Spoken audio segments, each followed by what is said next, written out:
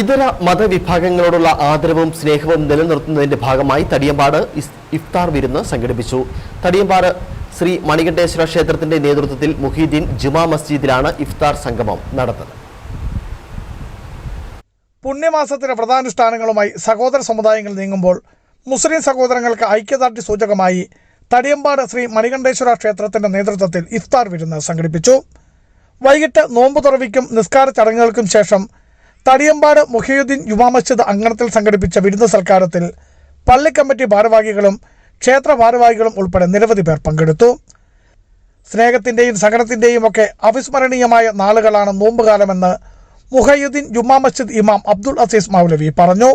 ആ ഭൗതികമായ നേട്ടങ്ങളെക്കാളെല്ലാം ഉപരി ആത്മീയമായി മനുഷ്യൻ ദൈവവുമായി അടുക്കുക, അള്ളാഹുവിനെ ഓർക്കാനുള്ള ഒരു അവസരം ഉണ്ടാക്കിയെടുക്കുക.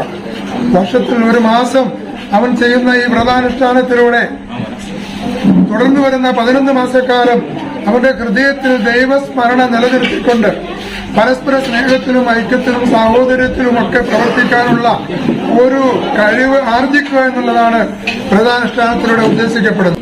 സഹോദര സമുദായങ്ങൾ തമ്മിലുള്ള ആത്മബന്ധം എക്കാലവും നിലനിൽക്കുവാൻ ഇത്തരം ചടങ്ങുകൾ ഉപകാരമാകുമെന്ന് ശ്രീ മണികണ്ഠേശ്വര ക്ഷേത്രം പ്രസിഡന്റ് ബിജു വാസുദേവനും പറഞ്ഞു.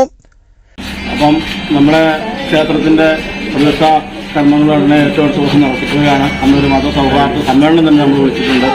അതിന് ഉസ്താദിനെയും മറ്റ് സമുദായത്തിൽപ്പെട്ട ആളുകളെയൊക്കെ നമ്മൾ വിളിച്ചിട്ടുണ്ട്. അതുമായി ബന്ധപ്പെട്ടാണ് ഇതിൽപ്പോഴും മെയ് മാസം 9-ാം തീയതി 4-ാം തീയതി മുതൽ 9-ാം തീയതി വരെ നടക്കുന്ന പ്രതിഷ്ഠാ ചടങ്ങുകളിലും മറ്റും എല്ലാവിധ സഹായ സഹകരണങ്ങളും മറ്റ് സമുദായത്തിലുള്ള ആളുകളുടെ എല്ലാവരുടെയും ഉണ്ടാകണമെന്ന് ക്ഷേത്രം മേൽശാന്തി സന്തോഷ് തിരുമേനി, സെക്രട്ടറി മനുരാജ്, കമ്മിറ്റി അംഗങ്ങളായ രവി MN, അരുൺ, റജിൻ, രാജപ്പൻ, സുമേഷ്, ശിവശങ്കരൻ എന്നിവരും പള്ളി committee president KS Abbas, secretary Subair എന്നിവരും ചടങ്ങിൽ സംസാരിച്ചു. Biju Vaishan Parambil, Idukki vision news, Idukki.